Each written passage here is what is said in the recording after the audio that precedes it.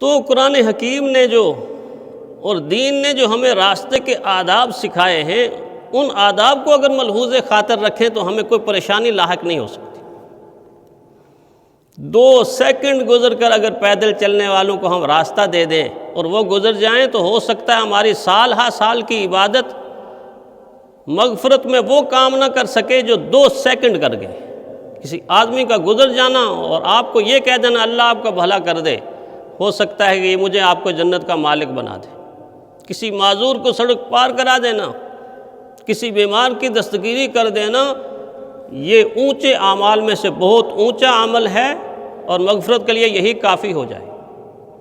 ہم تو رکاوٹیں کھڑی کرتے ہیں، خدمت کے بجائے رکاوٹیں کھڑی۔ کوئی زمانہ تھا کہ جب راستے پر چلنے والے لوگوں کی لوگ خدمت کرتے تھے، ان کو پتہ تھا کہ اس میں ملنے والا کیا۔ ہندوستان کے ایک بزرگ سفر کرنے کا ارادہ کرتے ہیں اور دور بسنے والی ایک بڑھیا کو معلوم ہوتا ہے کہ شاہ صاحب سفر کریں گے اور ان کے ساتھ ایک قافلہ ہے، کہیں آگے انہوں نے جانا ہے، تو فوراً گھر کے اندر گئی اور وقت کے مطابق شربت بنا کر راستے کے کنارے بیٹھ گئی۔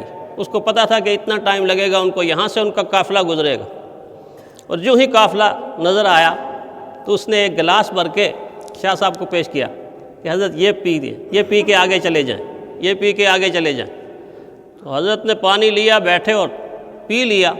پینے کے بعد ان کے شاگردوں نے ان کو بتایا کہ حضرت آپ کا تو آج نفلی روزہ تھا، آپ نے پانی پی لیا۔ بڑی پیاری بات فرمائی، فرمایا نفلی روزہ ٹوٹ گیا، اس کی قضا کر لوں گا۔ اگر بڑھیا کا دل ٹوٹ جاتا تو اس کی کوئی قضا نہیں تھی، اس کی کوئی قضا نہیں تھی۔ ایک تو یہ بات پتہ چلی اور دوسرا یہ بات معلوم ہوئی کہ کتنا اکرام کرتے تھے لوگ راستوں پر چلنے والوں کا، کتنی خدمت کرتے تھے، کتنے اچھے طریقے سے پیش آتے تھے لوگ سفر کرنے والوں کو۔ آج تو گاڑی والا گاڑی والے کو گور کر دیکھتا ہے، بلکہ غرا کر دیکھتا ہے۔ دین نے تعلیم دی ایک دوسرے سے گزرو تو سلام کرتے ہوئے، راستے سے گزرو سلام کرتے ہوئے گزرو۔ آج دیکھنے میں آ رہا ہے کہ لوگ غصے کی حالت میں ایک دوسرے پر لعنتیں بیچ کے گزر رہے ہوتے، لعنتیں بیچ کے گزر رہے ہوتے۔ اور جب یہ رویہ اختیار کر کے جا کہاں رہے ہیں؟ اپنا رزق کمانے کے لیے۔ اس طرح کا رویہ لے کر جب انسان دفتر میں جائے گا، جب انسان کام پہ جائے گا تو کیا اس کام میں برکت ہوگی؟ جب اپنی زبان سے وہ اس طرح کے الفاظ گویا کہ نکال رہا ہے۔ تو دین نے سکھایا تکلیف دہ چیزوں کو ہٹاؤ، گندگی نہ پھیلاؤ، راستوں کے اوپر گندگی نہ پھیلاؤ۔ اور یہ چیزیں تربیت کا ایک حصہ ہیں، بچوں سے شروع کرنی چاہیے۔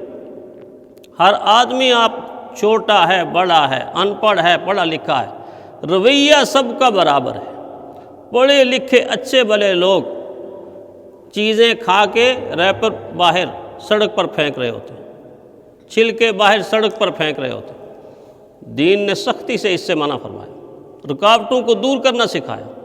ایک صحابی نے مسجد کے سامنے ایک طرف لکڑی کا ایک، وہ جیسے قلعہ کہتے ہیں پنجابی میں، وہ گاڑ دیا، ایک لکڑی گاڑ دی۔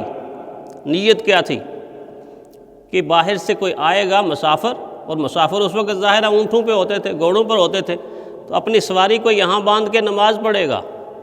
تھوڑی دیر کے بعد ایک صحابی آئے، انہوں نے دیکھا یہ لکڑی گاڑی ہوئی ہے، تو انہوں نے اکھاڑ کر پھینک دی۔ انہوں نے پیارے پیغمبر صلی اللہ علیہ وسلم کے پاس جا کے شکایت لگائی کہ اللہ کے نبی، میں نے یہ لکڑی گاڑی تھی اس سہولت کے لیے اور انہیں نے آگے اکھاڑ دی۔ تو حضور صلی اللہ علیہ وسلم نے دونوں کی حوصلہ افزائی فرمائی۔ ایک کو کہا کہ آپ کو لکڑی گاڑنے پر نیت کا اجر مل گیا کہ آپ نے اس نیت کے ساتھ گاڑی تھی، اور دوسرے نے اکھاڑی ہے تو اس لیے اکھاڑی ہے کہ کوئی آئے گا ٹھوکر لگے گی، ٹھوکر لگے گی، اس لیے انہوں نے اکھاڑ دی۔ تو گویا اس سے نقطہ پتہ چلا کہ اگر راستے میں تکلیف دہ چیز ہے اس کو راستے سے ہٹا دو، اس میں اجر ہے، اس میں ثواب ہے۔ بلکہ حضرت شاہ ولی اللہ رحمۃ اللہ علیہ نے تو 3 باتیں لکھیں، ایک ہی جملے کے اندر 3 باتیں۔ فرمایا ایک انسان راستے سے گزر رہا ہے، اس کے سامنے گڑھا ہے، وہ گڑھے سے بچ گیا، تو سمجھ لو کہ اس کو کچھ نہ کچھ عقل ہے، پوری عقل نہیں ہے، کچھ نہ کچھ عقل ہے۔ اگر یہ نہ بتا چھلانگ لگا دیتا تو پھر کہتے بیوقوف ہے، نادان ہے۔ فرمایا گڑھے سے بچ کے نکل گیا، کچھ تھوڑی سی عقل ہے اس کے اندر۔ ایک پیچھے سے آدمی آیا، فرمایا وہ گڑھے کے قریب آیا، خود بچ گیا اور دوسروں کو بھی آگاہ، بھائی ادھر سے ادھر چلو، بھائی ادھر سے ادھر چلو، بھائی ادھر، دوسروں کو بچا دیا۔ فرمایا اس کی عقل اس سے زیادہ ہے، اس کی سمجھ اس سے زیادہ ہے۔